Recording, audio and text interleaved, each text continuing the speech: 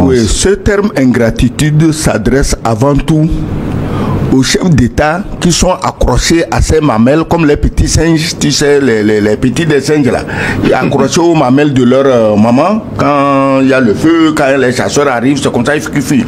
Il y a 3 ou 4 chefs nègres accrochés encore au sein de Macron, c'est à eux qu'il s'adresse en premier lieu. Il leur dit, mais moi, je vous ai fait l'honneur de vous donner la primeur d'annoncer le faux retrait. Le vrai faux retrait des troupes françaises. Au lieu de reconnaître que vous me devez tout ça, vous parlez comme si vous étiez quelque chose. Or, vous n'êtes rien. Bienvenue sur Afrique en question, votre source d'analyse sur les grandes transformations politiques et sociales de l'Afrique. Dans cette deuxième vidéo, nous explorons un sujet clé, les critiques croissantes envers Emmanuel Macron et le rejet massif de l'influence française par de nombreux pays africains. Nos invités, ambassadeurs Sogouyou et Luc Abaki, livrent leurs analyses percutantes. Sogouyou, ancien ambassadeur, déclare « Macron est le dernier représentant d'un système colonial à bout de souffle. Ces provocations ne font qu'accélérer la rupture. » Luc Abaki ajoute « Quand Macron parle d'ingratitude africaine, il oublie que ce sont les Africains qui ont construit la richesse de la France. » Dans cette vidéo, nous examinerons les propos polémiques de Macron, perçus comme condescendants et provocateurs, qui ont renforcé les tensions diplomatiques. Les actes de résistance de leaders africains comme Ibrahim Traoré, qui incarne une nouvelle ère de souveraineté économique et politique. Les décisions fortes des pays du Sahel, comme l'expulsion des bases militaires françaises, symbole d'un rejet clair des pratiques néocoloniales. Les perspectives pour une Afrique unie et autonome, portée par une coopération régionale renforcée. Restez avec nous pour découvrir ces transformations majeures et comprendre pourquoi elles marquent un tournant historique. Partagez vos impressions dans les commentaires et abonnez-vous à Afrique en question pour ne rien manquer. Luc, vous parliez des théories de Macron. Une de ces théories a retenu l'attention lors de ces propos controversés que nous sommes en train de commenter. C'est la théorie de l'ingratitude. Que veut-il faire comprendre à travers l'ingratitude des Africains? En quoi les Africains ont-ils été ingrats envers la France? Oui, ce terme ingratitude s'adresse avant tout aux chefs d'État qui sont accrochés à ces mamelles comme les petits singes, tu sais, les petits des singes là, accrochés aux mamelles de leur maman quand il y a le feu, quand les chasseurs arrivent, c'est comme ça qu'ils fuient. Il y a 3 ou 4 chefs nègres accrochés encore au sein de Macron, c'est à eux qu'il s'adresse en premier lieu.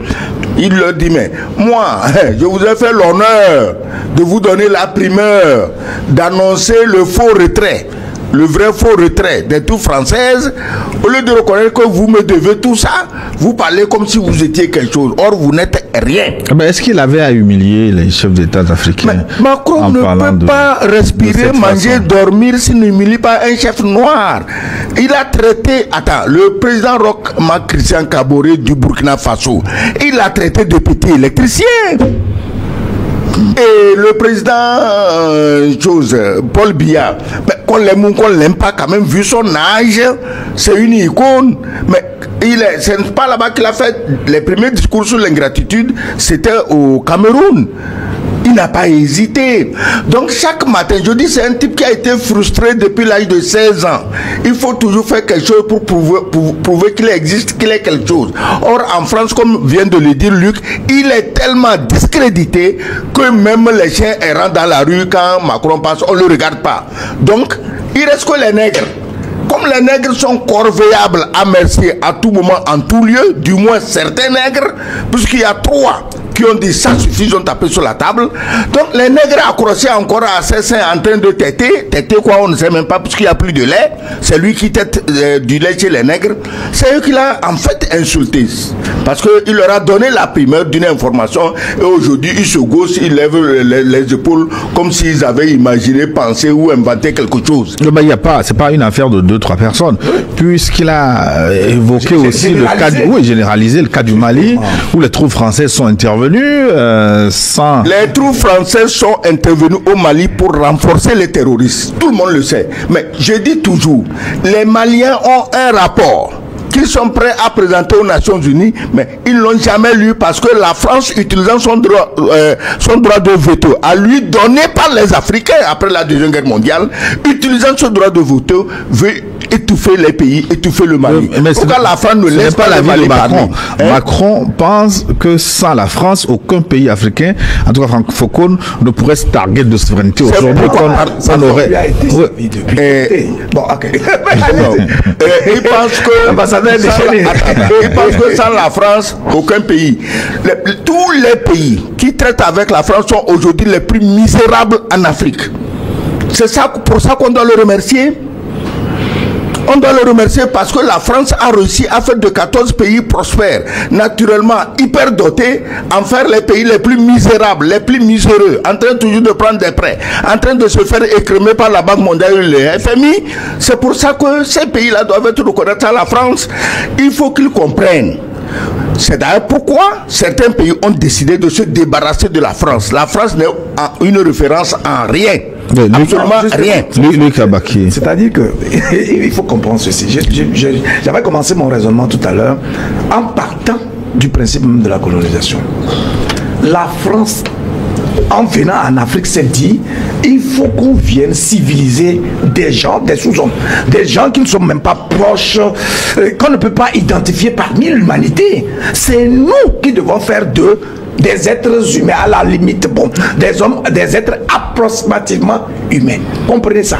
Donc Macron est une incarnation achevée des impérialistes qui ont toujours considéré que c'est eux, ce sont eux qui vont nous donner le sens de la vie et de notre propre existence. Vous voyez?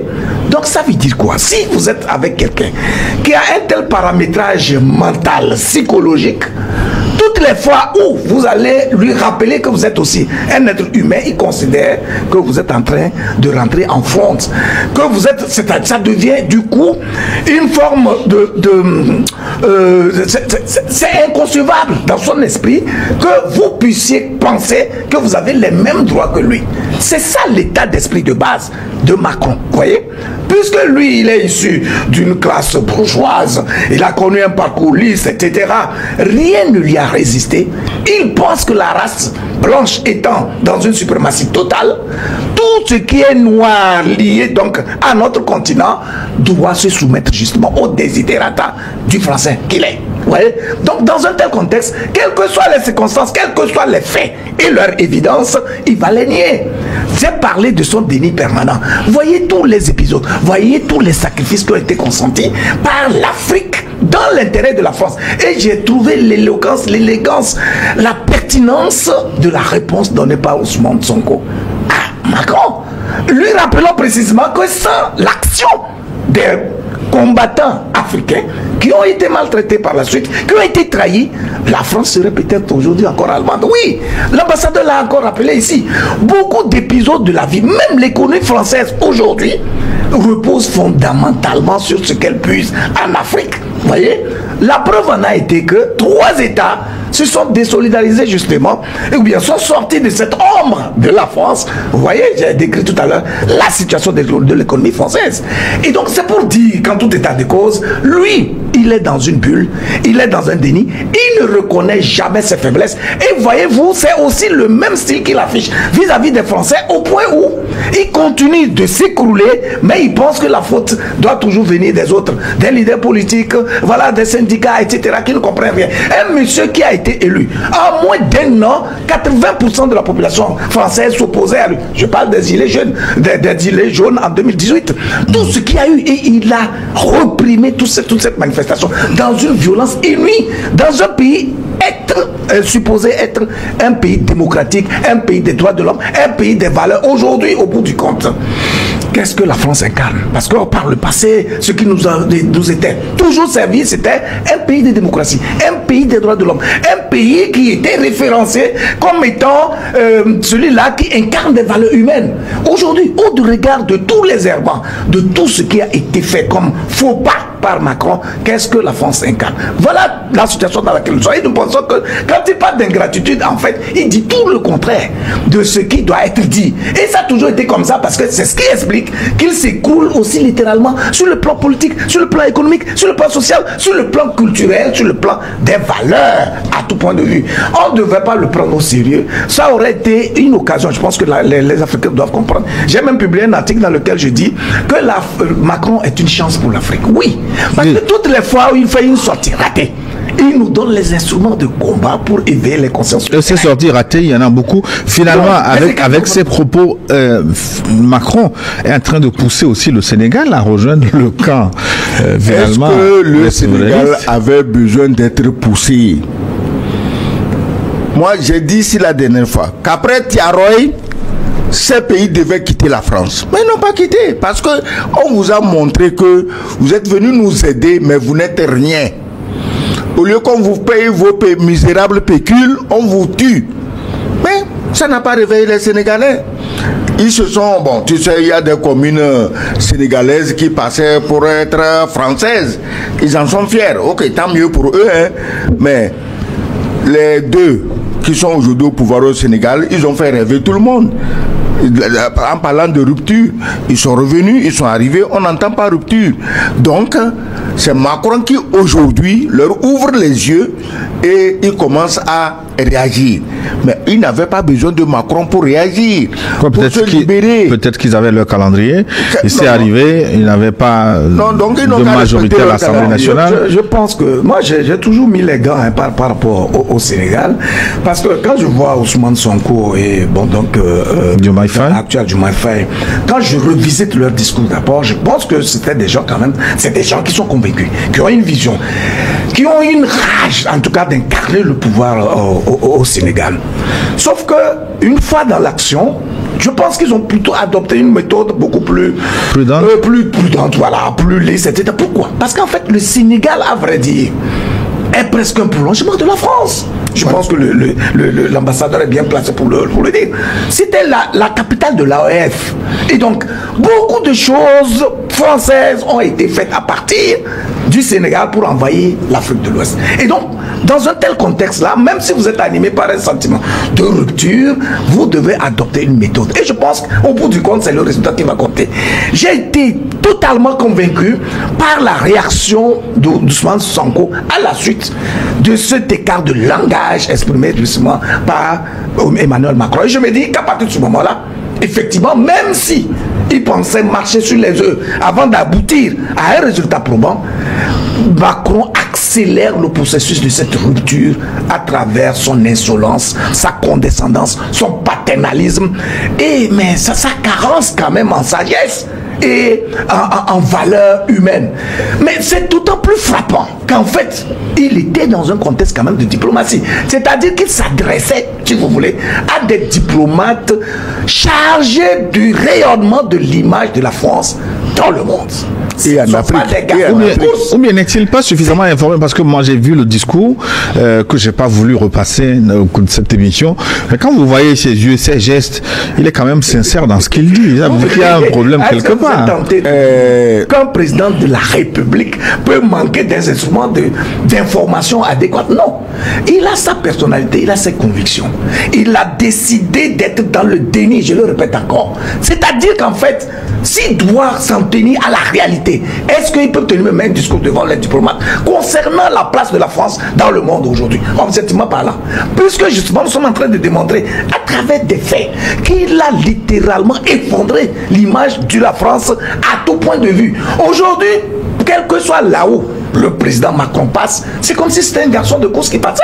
Tous ses propos sont pris comme un amuseur de galerie. Vous le savez, à tout point de vue. Donc, dans un tel contexte, il doit parler en tant que président de la République. Vous voyez, il est conscient qu'il n'a plus de légitimité. Il est conscient qu'on demande sa démission. Il est conscient qu'il a déstructuré tout l'État français. Mais il doit parler.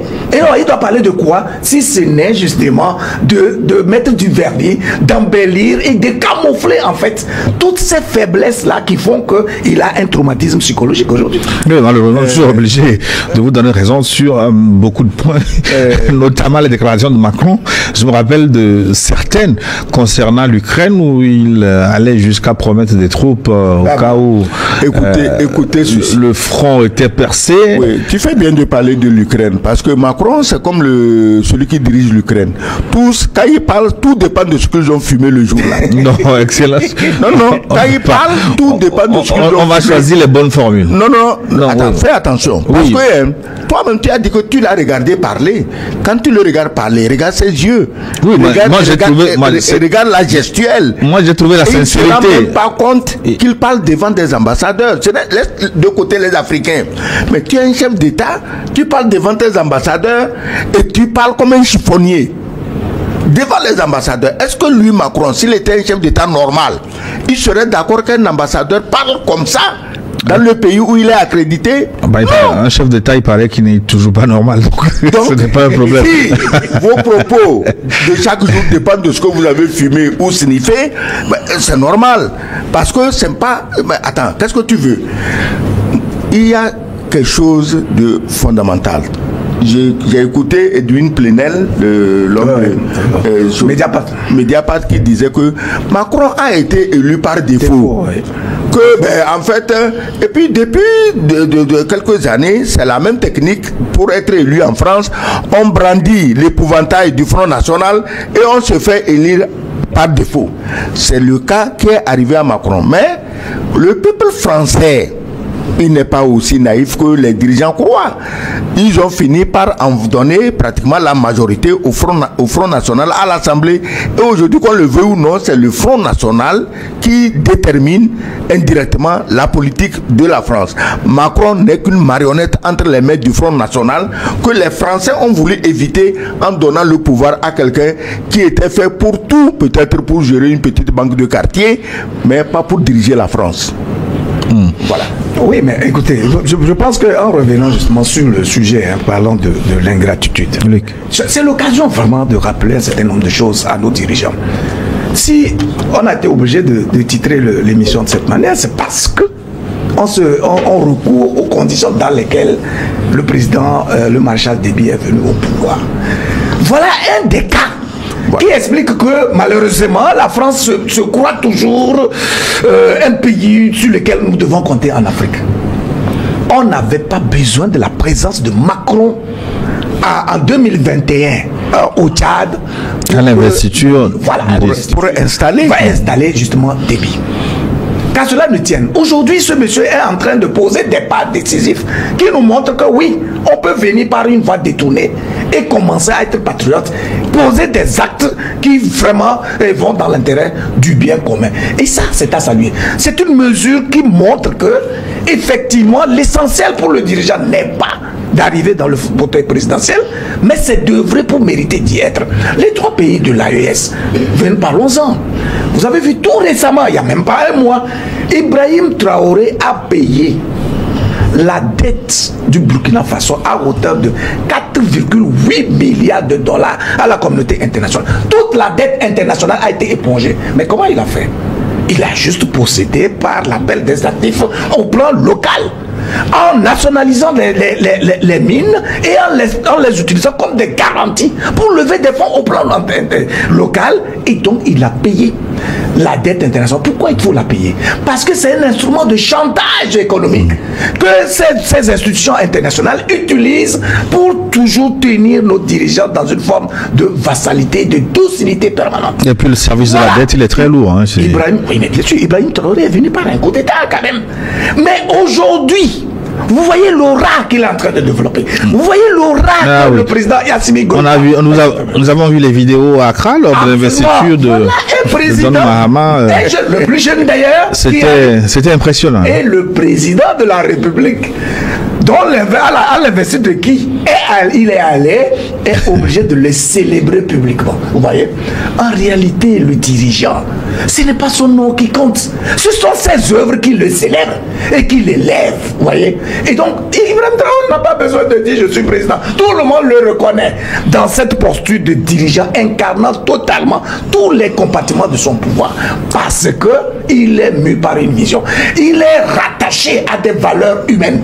Il y a une empathie qu'il développe, qu'il croit, et il sécrète naturellement une énergie positive en faveur du peuple burkinabé et de l'ensemble des pays de l'AES. C'est pour dire que ce modèle de gouvernance-là doit pouvoir inspirer. Si ce n'est pas le cas, s'il y a encore des dirigeants qui pensent qu'ils peuvent être encore dans les théories, dans des affirmations gratuites, s'appuyer sur les classements internationaux, etc., pour dire, ah oui, nos économies passent bien. Non, c'est le peuple qui porte l'économie et qui donne la preuve que vous êtes un bon dirigeant. Oui. Ceux-là qui ne veulent pas se défaire de la France, et qui continuent justement de ramper sous le président Macron, ils doivent comprendre que l'heure du détachement a sonné. Oui. Excellent. Idriss Déby lui-même dit qu'il a failli être vitrifié. Bon, le mot n'a pas été choisi au hasard. Oui. A-t-il des informations précises? Parce que quand on parle de vitrification, on sait à quoi il fait allusion. Oui, aujourd'hui, il y a des pays dans le monde qui peuvent vitrifier la France elle-même en 2 minutes. Même moins de 2 minutes. Il y a des pays vitrifier toute la France. Ils en ont les moyens. Mais ces pays n'ont jamais utilisé ce mot, à part un voyou qui se promène maintenant avec un bracelet de sécurité parce que c'est un tolard. C'est lui qui a utilisé ce mot contre un président légitime, un président populaire, un président démocratiquement élu qui était Laurent Gbagbo. Mais il a parlé, ça lui a réussi. Ce que Macron ne sait pas, on ne peut pas vitrifier Idriss Déby aujourd'hui, parce que au moment où on vitrifiait Gbagbo, disons, l'information n'était pas au niveau où elle est aujourd'hui. Les populations n'étaient pas informées comme elles le sont aujourd'hui. Donc, en utilisant le mot vitrifié, le seul pays qui a utilisé ce mot vitrifié contre un chef d'État africain, c'est la France. Et le seul chef d'État qui l'a fait, c'est Sarkozy. Maintenant, si lui, il utilise le mot vitrifié parce qu'il sait que l'actuel hôte de l'Élysée utilise aussi la violence. Et la violence, c'est ça qu'on appelle vitrifier. La violence, les armes, le chantage, la malhonnêteté. Voilà. Donc, Idriss Déby sait de quoi il parle. Surtout qu'à l'investiture d'Idriss Déby, en ce moment, ils étaient copains. Macron, très jeune, Idriss Déby, très jeune, ils se sont dit, ah, l'avenir est à nous. Mais l'avenir est à nous jusqu'au jour où Idriss Déby s'est aperçu que s'il met son avenir en France, c'est son peuple qui va crever. Maintenant, il veut que l'avenir soit à son peuple et non à une union factice, exploitatrice et voleuse avec la France. Voilà son défaut.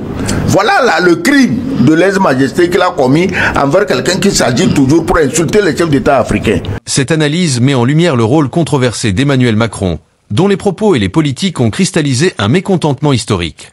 Ambassadeur Sogouyou souligne que Macron incarne l'arrogance française. Mais son style agressif précipite la fin de l'hégémonie française en Afrique. Les initiatives de leaders comme Ibrahim Traoré, qui a annulé la dette internationale du Burkina Faso grâce à la nationalisation des ressources, montrent qu'un autre modèle est possible. Cependant, Luc Abaki prévient. L'Afrique ne doit pas se contenter de rejeter le passé, elle doit construire son avenir avec des bases solides et des alliances intra-africaines. Les transformations en cours reflètent une dynamique irréversible. Une Afrique souveraine et indépendante n'est plus un rêve lointain, mais une réalité en construction. Merci d'avoir suivi cette analyse. Si vous l'avez trouvée enrichissante, partagez-la autour de vous, abonnez-vous à Afrique en question et participez au débat en commentaire. L'avenir de l'Afrique, c'est ensemble que nous le bâtirons.